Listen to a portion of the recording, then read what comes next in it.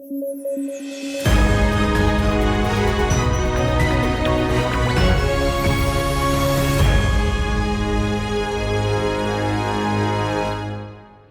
में यूपीएससी की तैयारी से संबंधित प्रोग्राम्स को देखने के लिए सब्सक्राइब करें स्टडी IQIS हिंदी चैनल। हाल ही में सरकार ने सुप्रीम कोर्ट में एक हलफनामा सौंपा है, जिसके मुताबिक भारत में जनसंख्या की पर कैपिटा इनकम में इजाफा हुआ है। राष्ट्रीय खाद्य सुरक्षा अधिनियम के लागू होने के बाद से पर कैपिटा इनकम में 33.4% का इजाफा हुआ है। सरकार के मुताबिक पिछले 8 सालों में राष्ट्रीय खाद्य सुरक्षा अधिनियम के तहत 4.7 करोड़ राशन कार्ड और जारी किए गए हैं। सरकार ने यह हलफनामा प्रवासी मजदूरों के लिए किए गए कल्याणकारी उपायों से संबंधित याचिका पर दिया था। NFSA को 5 जुलाई 2013 को लागू किया गया था। इसमें खाद्य सुरक्षा की अवधारणा को कल्याणकारी से अधिकार आधारित बनाया गया था। कल्याणकारी अवधारणा में राज्य अपने लोगों की भलाई के लिहाज से खाद्य सुरक्षा मुहैया कराता है, जबकि NFSA 2013 ने इसे लोगों का हक बना दिया। इसमें ग्रामीण जनसंख्या को 75% और शहरी जनसंख्या को 50% तक कवरेज मुहैया कराया गया है। 14 नवंबर को भारत के पहले प्रधानमंत्री पंडित जवाहरलाल नेहरू की जयंती मनाई जाती है। इस मौके पर देश भर में उन्हें याद किया गया। चाचा नेहरू के नाम से प्रसिद्धि के चलते उनके जन्मदिन को बाल दिवस के तौर पर भी मनाया जाता है। उनका जन्म 14 नवंबर 1889 को इलाहाबाद यानी वर्तमान प्रयागराज में हुआ था। साल 1916 में वे पहली बार महात्मा गांधी से मिले और उनसे प्रभावित हुए। 1919 में वे होम रूल लीग के सेक्रेटरी बने। 1920 में उत्तर प्रदेश के प्रतापगढ़ जिले में उन्होंने पहला किसान मार्च आयोजित किया। असहयोग आंदोलन से जुड़े होने के कारण उन्हें 2 बार जेल भी हुई। साल 1928 में उन्होंने इंडिपेंडेंस फॉर इंडिया लीग की स्थापना की। 1929 के लाहौर अधिवेशन में भारतीय राष्ट्रीय कांग्रेस ने नेहरू जी की अध्यक्षता में पूर्ण स्वतंत्रता के लक्ष्य को अपनाया। रेड फोर्ट ट्रायल्स में INA ऑफिसर्स की डिफेंस टीम में जवाहरलाल नेहरू, भूलाभाई देसाई और तेज बहादुर सप्रू शामिल थे। अपनी आत्मकथा एंड ऑटोबायोग्राफी उन्होंने जेल में लिखी। नेहरू जी द्वारा लिखी गई अन्य प्रसिद्ध किताबें glimpses of world history, the discovery of India हैं। झारखंड असेंबली ने रिजर्वेशन से संबंधित एक बिल पारित किया है, जिसमें रिजर्वेशन की सीमा 77% तक कर दी गई है। राज्य सरकार के मुताबिक इसे तभी लागू किया जा सकेगा जब केंद्र सरकार इसमें संशोधन करके संविधान की 9वीं अनुसूची में शामिल करे। गौरतलब है कि सुप्रीम कोर्ट ने इंदिरा साहनी केस में 50% रिजर्वेशन की सीमा निर्धारित की है। ऐसे में 77% रिजर्वेशन पर सवाल खड़े होंगे। आपको बता दें कि संविधान की 9वीं अनुसूची में शामिल केंद्र और राज्य सरकारों के कानूनों को कोर्ट में चुनौती नहीं दी जा सकती। वर्तमान में तकरीबन 284 ऐसे कानून हैं जिसे इस सूची में शामिल किया गया है। इन्हें न्यायिक समीक्षा से सुरक्षा हासिल है। ये कानून कृषि और जमीन के मामलों से जुड़े हैं। 9वीं अनुसूची को संविधान के पहले संशोधन अधिनियम के जरिए जोड़ा गया था। आपको बता दें कि 9वीं अनुसूची कानूनों को न्यायिक समीक्षा से सेफ हार्बर मुहैया कराती है, लेकिन ये ब्लैंकेट प्रोटेक्शन नहीं है। IR कोहिलो बनाम तमिलनाडु राज्य मामले में सुप्रीम कोर्ट ने साफ किया कि 1973 के बाद 9वीं अनुसूची में शामिल किए गए कानून संविधान के मूलभूत ढांचे का उल्लंघन नहीं कर सकते, मतलब कि वे भी न्यायिक समीक्षा के दायरे में आते हैं। इस खबर की अहमियत को समझने के लिए साल 2018 में UPSC की प्रारंभिक परीक्षा में पूछे गए एक सवाल पर गौर करिए। निम्नलिखित कथनों पर विचार कीजिए। भारत की संसद किसी कानून विशेष को संविधान की 9वीं अनुसूची में डाल सकती है। 9वीं अनुसूची में डाले गए किसी कानून की वैधता का परीक्षण किसी न्यायालय द्वारा नहीं किया जा सकता एवं इसके ऊपर कोई निर्णय भी नहीं किया जा सकता। उपर्युक्त कथनों में से कौन सा या से कथन सही है या है? केवल एक, केवल दो, एक और दो, दोनों, न तो एक न ही दो। भारत ने LT-LEDS यानी लॉन्ग टर्म लो emission development strategy report UNFCCC को सौंप दी है। गौरतलब है कि UNFCCC की COP27 का आयोजन इजिप्ट के शर्म अल शेख में किया जा रहा है। इस रिपोर्ट के सबमिट होने के साथ ही भारत उन 60 देशों की सूची में शामिल हो गया जिन्होंने ये रिपोर्ट सबमिट की है। LT-LEDS नेशनली डिटरमाइंड कंट्रीब्यूशन से अलग हैं। इसमें भारत द्वारा 2070 के लिए निर्धारित नेट जीरो के लक्ष्य को हासिल करने का प्लान सौंपा गया है। भारत ने पेरिस समझौते के तहत अपडेटेड NDCs भी अगस्त में सौंप दिए हैं। गौरतलब है कि COP26 में ग्लासगो क्लाइमेट पैक्ट को 196 देशों के द्वारा अपनाया गया था। इसके मुताबिक देशों के लिए LT-LEDS सबमिट करना अनिवार्य है। आइए देखते हैं आज के बुलेटिन पर आधारित क्या सवाल बन सकते हैं। पहला सवाल है, साल 1929 में आयोजित हुए भारतीय राष्ट्रीय कांग्रेस के अधिवेशन में पूर्ण स्वतंत्रता की मांग की गई थी। ये अधिवेशन कहां आयोजित हुआ था? लाहौर, कलकत्ता, अमृतसर या फिर मुंबई? अगला, निम्नलिखित कथनों पर विचार कीजिए। एल्टीलेट्स रिपोर्ट विश्व स्वास्थ्य संगठन से संबंधित है। नवी अनुसूची को संविधान के पहले संशोधन के जरिए जोड़ा गया था। राष्ट्रीय खाद्य सुरक्षा अधिनियम को 5 जुलाई 2013 को लागू किया गया था। नीचे दिए गए कूटों का प्रयोग कर सही उत्तर चुनिए। केवल 1 और 2, केवल 2 और 3, केवल 1 और 3 या फिर 1, 2 और 3। आइए देखते हैं पिछले बुलेटिन पर आधारित क्या सवाल मैंने पूछे थे और सही जवाब उसका क्या है। पहला सवाल मैंने पूछा था, निम्नलिखित में से किस साम्राज्य द्वारा चौथ और सरदेशमुखी कर लगाया जाता था? मराठा, पाल, चोल और चालुक्य। सही जवाब है विकल्प ए यानी मराठा साम्राज्य। अगला सवाल मैंने पूछा था, मौलाना अबुल कलाम आजाद के संबंध में निम्नलिखित कथनों पर विचार कीजिए। उन्होंने वीकली जर्नल अल हिलाल की शुरुआत की थी। वे भारतीय राष्ट्रीय कांग्रेस के सबसे युवा अध्यक्ष थे। नीचे दिए गए कूटों का प्रयोग कर सही कथन चुनना था। केवल 1, केवल 2, 1 और 2 दोनों, न तो 1 न ही 2। और सही जवाब है इसका दोनों कथन सही हैं, यानी विकल्प सी सही है। प्रधानमंत्री श्री नरेंद्र मोदी ने जनजातियों के आइकन बिरसा मुंडा की जयंती पर श्रद्धांजलि अर्पित की। 15 नवंबर को बिरसा मुंडा की जयंती पर जनजातीय गौरव दिवस का आयोजन किया जाता है। जनजातीय गौरव दिवस का आयोजन साल 2021 से ही शुरू किया गया है। पहले जनजातीय गौरव दिवस के मौके पर रांची की जेल में भगवान बिरसा मुंडा स्मृति उद्यान सह स्वतंत्रता सेनानी संग्रहालय का उद्घाटन किया गया था। बिरसा मुंडा का जन्म 15 नवंबर 1875 को रांची जिले के उलिहातू गांव में हुआ था। उन्होंने महसूस किया कि आदिवासी समाज अंधविश्वास में फंसा हुआ है, साथ ही आस्था के मामले में भटका हुआ है। उन्होंने आदिवासी समाज को 3 स्तरों पर संगठित किया। पहला, अंधविश्वास से दूर रहकर स्वच्छता व शिक्षा का रास्ता अपनाने पर जोर दिया। दूसरा, सामाजिक स्तर के साथ आर्थिक स्तर पर सुधार।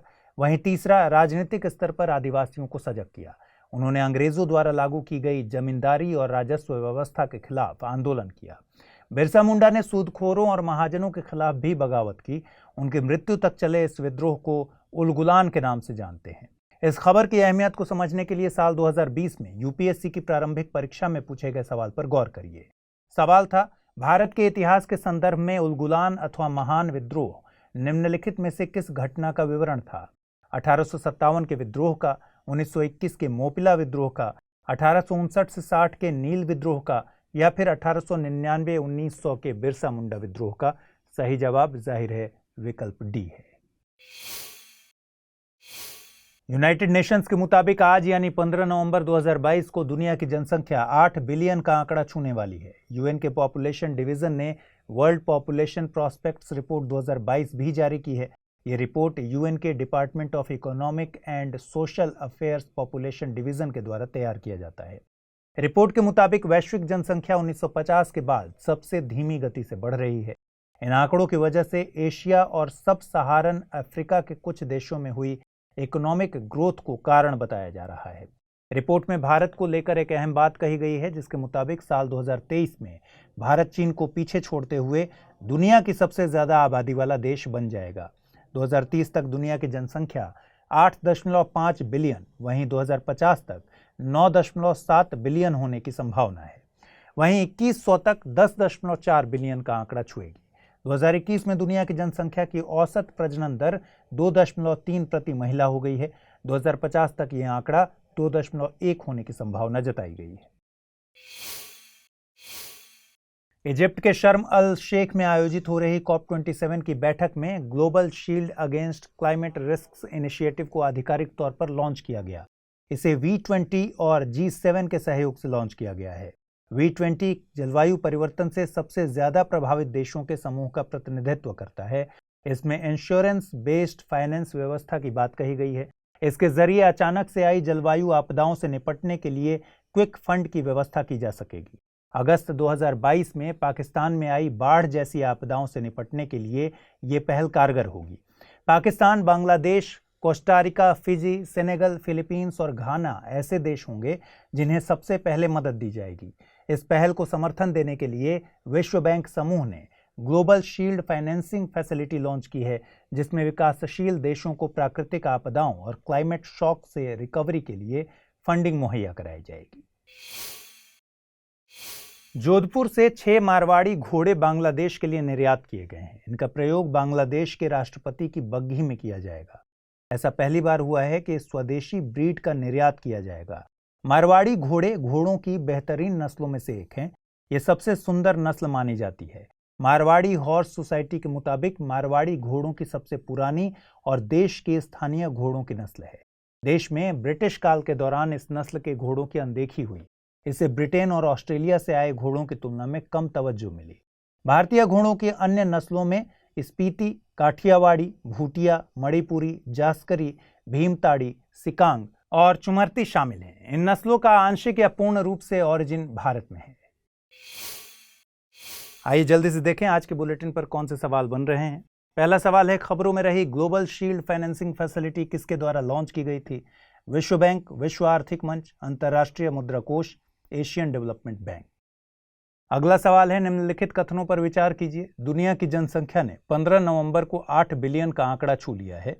जनजातीय गौरव दिवस बिरसा मुंडा की जयंती पर आयोजित किया जाता है। 2023 में भारत जनसंख्या में पहले स्थान पर होगा। नीचे दिए गए कूटों का प्रयोग कर सही उत्तर चुनिए। केवल 1 और 2, केवल 2 और 3, केवल 1 और 3 या फिर 1, 2 और 3।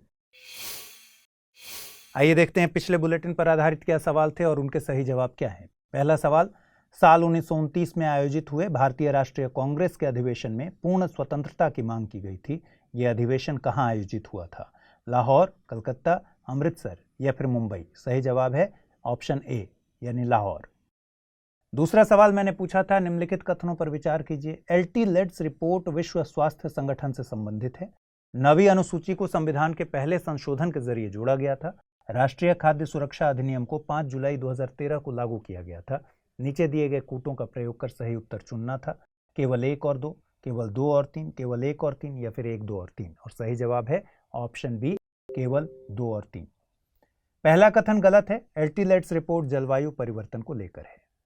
हिंदी में यूपीएससी की तैयारी से संबंधित प्रोग्राम्स को देखने के लिए सब्सक्राइब करें स्टडी IQIS हिंदी चैनल। नई दिल्ली में 18 से 19 नवंबर के बीच NMFT यानी no money for terror conference आयोजित की जा रही है। इस कॉन्फ्रेंस का मुख्य मकसद है आतंकवादी गतिविधियों की फंडिंग के लिए सोशल मीडिया प्लेटफॉर्म्स के प्रयोग को रोकना। इसमें तकरीबन 75 देशों के प्रतिनिधियों के शामिल होने की संभावना है।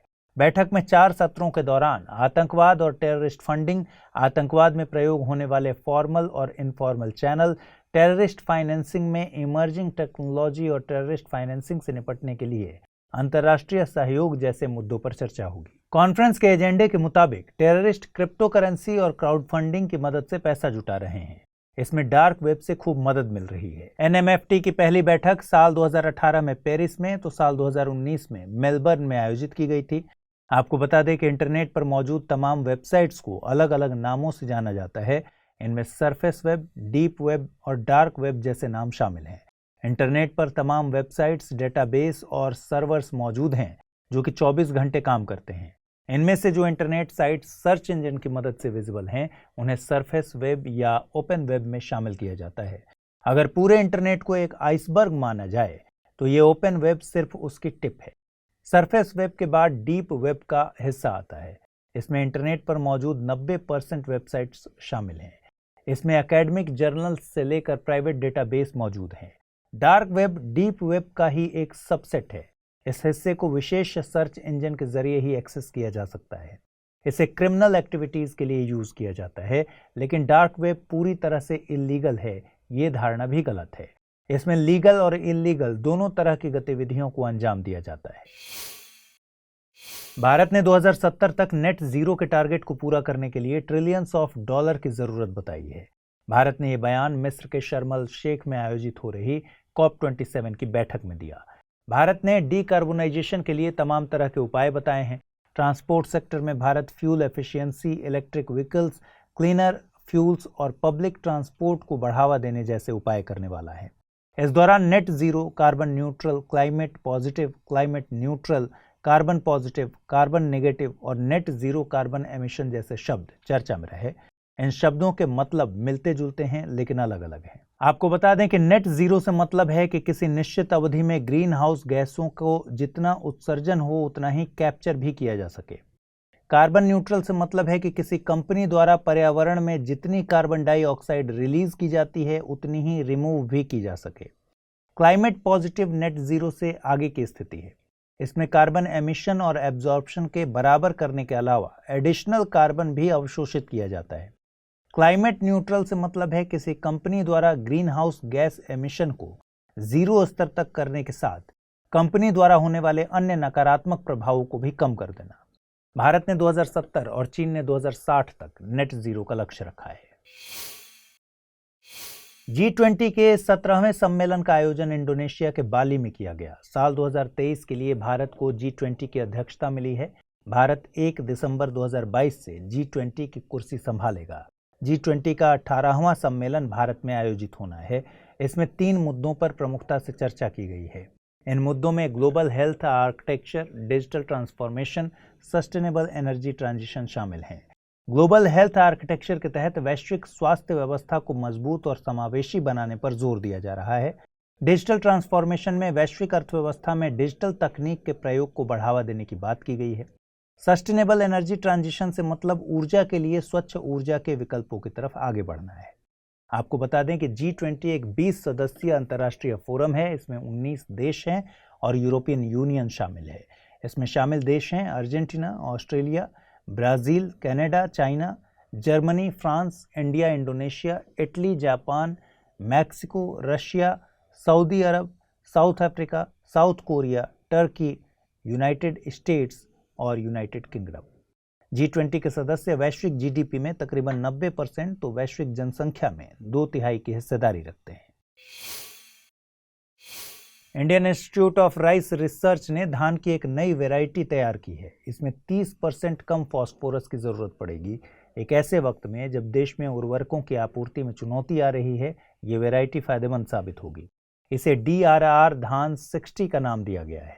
ये देश में चावल की पहली वैरायटी होगी जो कम फास्फोरस में भी सर्वाइव कर सकती है। फास्फोरस एक अहम मैक्रोन्यूट्रिएंट है जो कि एनर्जी स्टोरेज के लिए जिम्मेदार है। ये जड़ों के विकास और नाइट्रोजन के अवशोषण में मददगार है। साथ ही फसल में प्रोटीन को बढ़ाने में भी यह भूमिका निभाता है। Indian institute of rice research Hyderabad में स्थित है। आइए जल्दी से देखते हैं आज के बुलेटिन पर आधारित क्या क्या सवाल बन सकते हैं। पहला सवाल है, no money for terror conference का आयोजन कहाँ किया जा रहा है? नई दिल्ली, शिमला, मुंबई या फिर चेन्नई? दूसरा सवाल है, निम्नलिखित कथनों पर विचार कीजिए। DRR धान 60 चावल की वैरायटी है। G20 के 17वें सम्मेलन का आयोजन इंडोनेशिया में किया गया है। COP27 का आयोजन मिस्र के शर्म अल शेख में किया जा रहा है। ऑप्शन हैं केवल 1 और 2, केवल 2 और 3, केवल 1 और 3 या फिर 1, 2 और 3। आइए देखते हैं पिछले बुलेटिन पर आधारित क्या सवाल मैंने पूछे थे और उनके सही जवाब क्या हैं। पहला सवाल था, खबरों में रही ग्लोबल शील्ड फाइनेंसिंग फैसिलिटी किसके द्वारा लॉन्च की गई थी? विश्व बैंक, विश्व आर्थिक मंच, अंतर्राष्ट्रीय मुद्रा कोष या फिर एशियन डेवलपमेंट बैंक? और सही जवाब है विश्व बैंक यानी ऑप्शन ए। अगला सवाल मैंने पूछा था, निम्नलिखित कथनों पर विचार कीजिए। दुनिया की जनसंख्या ने 15 नवंबर को 8 बिलियन का आंकड़ा छू लिया है। जनजातीय गौरव दिवस बिरसा मुंडा की जयंती पर आयोजित किया जा रहा है। 2023 में भारत जनसंख्या में पहले स्थान पर होगा। नीचे दिए गए कूटों का प्रयोग कर सही उत्तर चुनिए। केवल 1 और 2, केवल 2 और 3, केवल 1 और 3 या फिर सभी। इसका सही जवाब है तीनों कथन सही हैं। राष्ट्रीय महिला आयोग ने डिजिटल शक्ति 4.0 लॉन्च किया है। यह डिजिटल शक्ति कैंपेन का चौथा फेज है। यह एक पैन इंडिया प्रोजेक्ट है। इसमें महिलाओं को डिजिटल तौर पर सशक्त और कौशल शिक्षा मुहैया कराई जा रही है। इसके जरिए महिलाओं को सुरक्षित साइबर स्पेस मुहैया कराने पर जोर दिया जा रहा है। इसमें महिलाओं को डिजिटली सशक्त बनाकर ऑनलाइन हो रहे दुर्व्यवहार के खिलाफ खड़ा होने योग्य बनाया जाएगा। गौरतलब है कि डिजिटल शक्ति कार्यक्रम को साल 2018 में देश भर की महिलाओं को डिजिटल तौर पर जागरूक करने के लिए लॉन्च किया गया था। राष्ट्रीय महिला आयोग को जनवरी 1992 में national commission for women act 1990 के तहत एक सांविधिक संस्था के तौर पर गठित किया गया था। इसका मकसद महिलाओं से संबंधित मुद्दों पर सरकार को सलाह देना है। इसके अलावा महिलाओं के संवैधानिक और कानूनी अधिकारों की रक्षा करना है। साथ ही कानूनी तौर पर क्या उपाय मौजूद हैं, इसका सुझाव देना भी इसके कार्यों में शामिल है। वर्तमान में महिला आयोग की अध्यक्ष रेखा शर्मा है। UNEP और FAO ने एक रिपोर्ट जारी की है। रिपोर्ट को sustainable food cold chains opportunities, challenges and the way forward नाम दिया गया है। इसके मुताबिक लाखों लोगों को गरीबी और भूख के दुष्चक्र से बाहर निकालने में कोल्ड चेन्स अहम भूमिका निभाती हैं। फूड प्रोसेसिंग इंडस्ट्री में कोल्ड चेन्स प्रोसेसिंग, पैकेजिंग और डिस्ट्रीब्यूशन में अहम भूमिका निभाती हैं। रिपोर्ट के मुताबिक मानवीय खपत के लिए जितने भोजन का उत्पादन होता है उसका तकरीबन 17% बर्बाद हो जाता है। इसकी वैश्विक अर्थव्यवस्था को सालाना $936 बिलियन कीमत चुकानी पड़ती है। बर्बाद होने वाला खाना भी वैश्विक ग्रीन हाउस गैस उत्सर्जन में 8 से 10% की हिस्सेदारी रखता है। भारत में national centre for cold chain development के तहत एक कोल्ड चेन प्रोजेक्ट तैयार किया गया था। इससे कीनू फलों के तकरीबन 76% नुकसान को कम करने में मदद मिली। कोल्ड चेन स्टोरेज एक लॉजिस्टिक्स मैनेजमेंट प्रोसेस है। इसमें ऐसे उत्पादों को शामिल किया जाता है जिन्हें रेफ्रिजरेटेड टेम्परेचर की जरूरत होती है। यूएनईपी यानी यूनाइटेड नेशंस एनवायरनमेंट प्रोग्राम का गठन साल 1972 में किया गया था। यह वैश्विक स्तर पर पर्यावरण और सतत विकास से जुड़े मुद्दों पर निर्णय लेने के लिए जिम्मेदार है। इसका मुख्यालय केन्या के नैरोबी में है। FAO यानी विश्व खाद्य संगठन की स्थापना 16 अक्टूबर 1945 के दिन हुई थी। इसका मुख्यालय इटली के रोम में है। FAO यूनाइटेड नेशंस की एक स्पेशलाइज्ड एजेंसी है जो कि दुनिया भर में भूख को मिटाने के उपाय करती है। Climate change performance index 2023 launch किया गया है। भारत को 63 देशों में 8वीं रैंक हासिल हुई है। 2022 और 2021 के इंडेक्स में भारत को 10वीं रैंक हासिल हुई थी। इंडेक्स को green house gas emissions, renewable energy, energy use और क्लाइमेट पॉलिसी पर आंका जाता है। इंडेक्स को जर्मन वॉच के द्वारा तैयार किया जाता है। इंडेक्स में पहली, दूसरी और तीसरी रैंक पर किसी देश को जगह नहीं मिली है। चौथी रैंक डेनमार्क को मिली है। सबसे बेहतर प्रदर्शन चिली का रहा है, वहीं रूस सबसे खराब प्रदर्शन करने वाले देशों में रहा है। इंडेक्स को सबसे पहली बार साल 2005 में COP11 में पब्लिश किया गया था। रिपोर्ट के मुताबिक भारत को कार्बन प्राइसिंग मैकेनिज्म पर काम करने की जरूरत है। कार्बन प्राइसिंग में ग्रीन हाउस गैस उत्सर्जन की वजह से होने वाली एक्सटर्नल कॉस्ट को भी शामिल किया जाता है। इसमें ग्रीन हाउस गैस के चलते फसलों और स्वास्थ्य को होने वाला नुकसान, हीट वेव और अकाल जैसी स्थितियों की कीमत को भी शामिल कर लिया जाता है। इस खबर की अहमियत को समझने के लिए साल 2011 में यूपीएससी की प्रारंभिक परीक्षा में पूछे गए सवाल पर गौर करिए। कार्बन क्रेडिट के संबंध में निम्नलिखित में से कौन सा कथन सही नहीं है? क्योटो प्रोटोकॉल के साथ कार्बन क्रेडिट सिस्टम की पुष्टि की गई थी। कार्बन क्रेडिट उन देशों या समूहों को दिया जाता है जिन्होंने ग्रीन हाउस गैसों को अपने उत्सर्जन कोटा से कम कर दिया है। कार्बन क्रेडिट सिस्टम का लक्ष्य कार्बन डाइऑक्साइड उत्सर्जन की वृद्धि को सीमित करना है, या फिर कार्बन क्रेडिट का व्यापार संयुक्त राष्ट्र पर्यावरण कार्यक्रम द्वारा समय समय पर निर्धारित मूल्य पर किया जाता है। इसका सही जवाब है ऑप्शन डी। सुप्रीम कोर्ट ने जुडिशरी के लिहाज से एक अहम फैसला लिया है। भारत के मुख्य न्यायाधीश DY चंद्रचूड़ ने कॉलेजियम सिस्टम को रिकंसिडर करने की याचिका की सुनवाई का फैसला किया है। इस याचिका में NJAC यानी नेशनल जुडिशियल अपॉइंटमेंट कमीशन के रिवाइवल की भी बात कही गई थी। गौरतलब है कि कॉलेजियम सिस्टम CJI और सुप्रीम कोर्ट के 4 सीनियर मोस्ट जजों से मिलकर बनी समिति है जो कि सुप्रीम कोर्ट और हाई कोर्ट के जजों के अपॉइंटमेंट्स और ट्रांसफर से संबंधित निर्णय लेती है। इसकी जगह साल 2014 में 99वें संविधान संशोधन अधिनियम के जरिए NJAC गठित किया गया था। इसे 4th जजेस केस 2015 के जरिए सुप्रीम कोर्ट ने स्ट्रक डाउन कर दिया था। संविधान में कॉलेजियम सिस्टम का कहीं जिक्र नहीं है। यह जुडिशरी द्वारा 3 जजेस केस के जरिए लाया गया था। आइए देखते हैं आज की बुलेटिन पर आधारित क्या सवाल बन सकते हैं। पहला सवाल है, क्लाइमेट चेंज परफॉर्मेंस इंडेक्स किसके द्वारा जारी किया जाता है? जर्मन वॉच, विश्व आर्थिक मंच, यूनाइटेड नेशंस या फिर WWF? दूसरा सवाल है, निम्नलिखित कथनों पर विचार कीजिए। डिजिटल शक्ति योजना महिला एवं बाल विकास मंत्रालय की पहल है। 99वां संशोधन NJAC से संबंधित है। नीचे दिए गए कूटों की मदद से सही उत्तर चुनिए। केवल एक, केवल दो, एक और दो दोनों, न तो एक नहीं दो। आइए अब जल्दी से देख लेते हैं पिछले बुलेटिन पर आधारित क्या सवाल मैंने पूछे थे और उनके सही जवाब क्या है। पहला सवाल मैंने पूछा था, no money for terror conference का आयोजन कहाँ किया जा रहा है? नई दिल्ली, शिमला, मुंबई या फिर चेन्नई?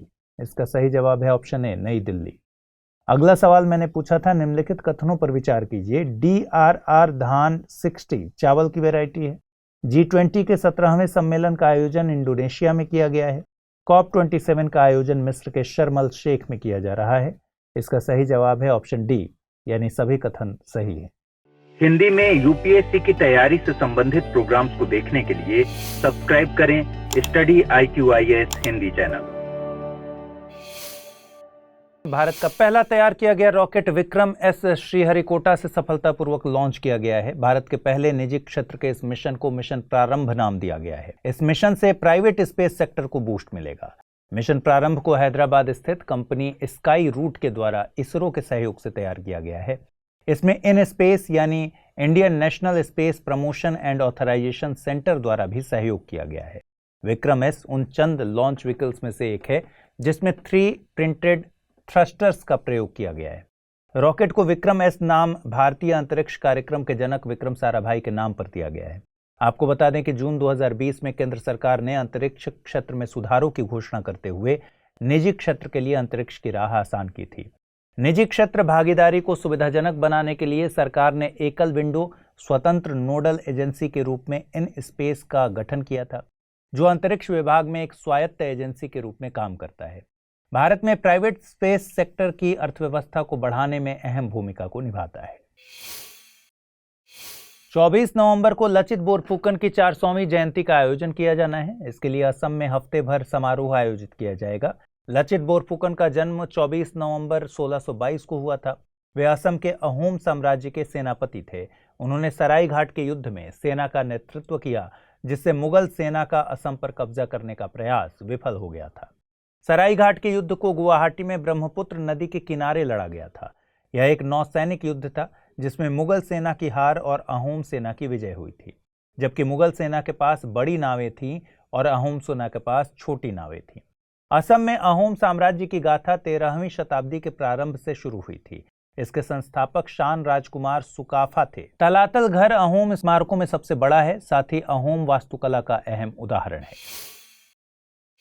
बीते दिनों कुछ एक्सरसाइजेज खबरों में रहीं। इनमें युद्धाभ्यास, मालाबार और सी विजिल प्रमुख हैं। सी विजिल एक कोस्टल डिफेंस एक्सरसाइज है। इसमें 9 तटरेखा वाले राज्यों सहित 4 संघ शासित प्रदेशों ने हिस्सा लिया था। युद्धाभ्यास भारत और यूएसए के बीच आयोजित होने वाली सालाना एक्सरसाइज है। इसका आयोजन उत्तराखंड के औली में किया जा रहा है।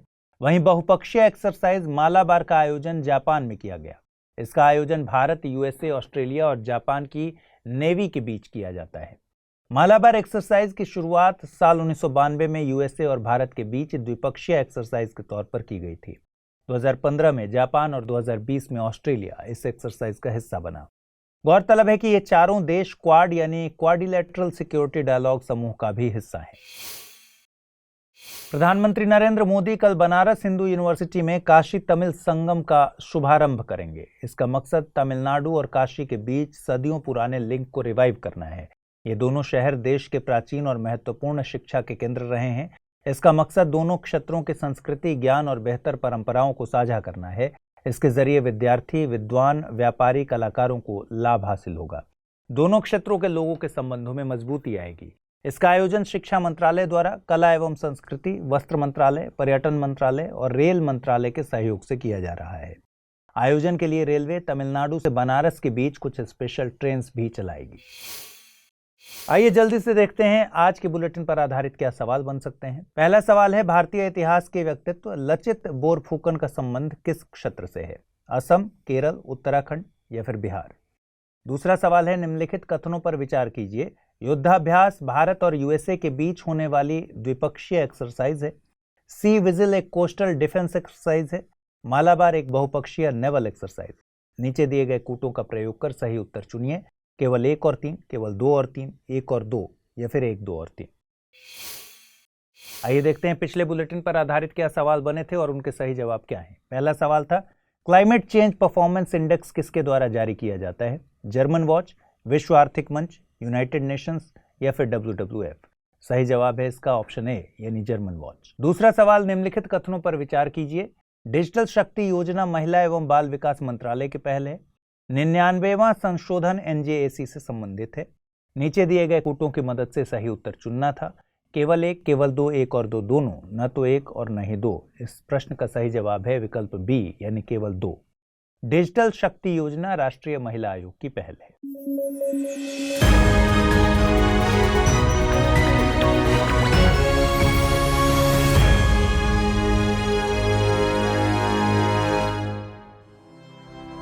स्टडी IQ IAS, अब तैयारी हुई अफोर्डेबल।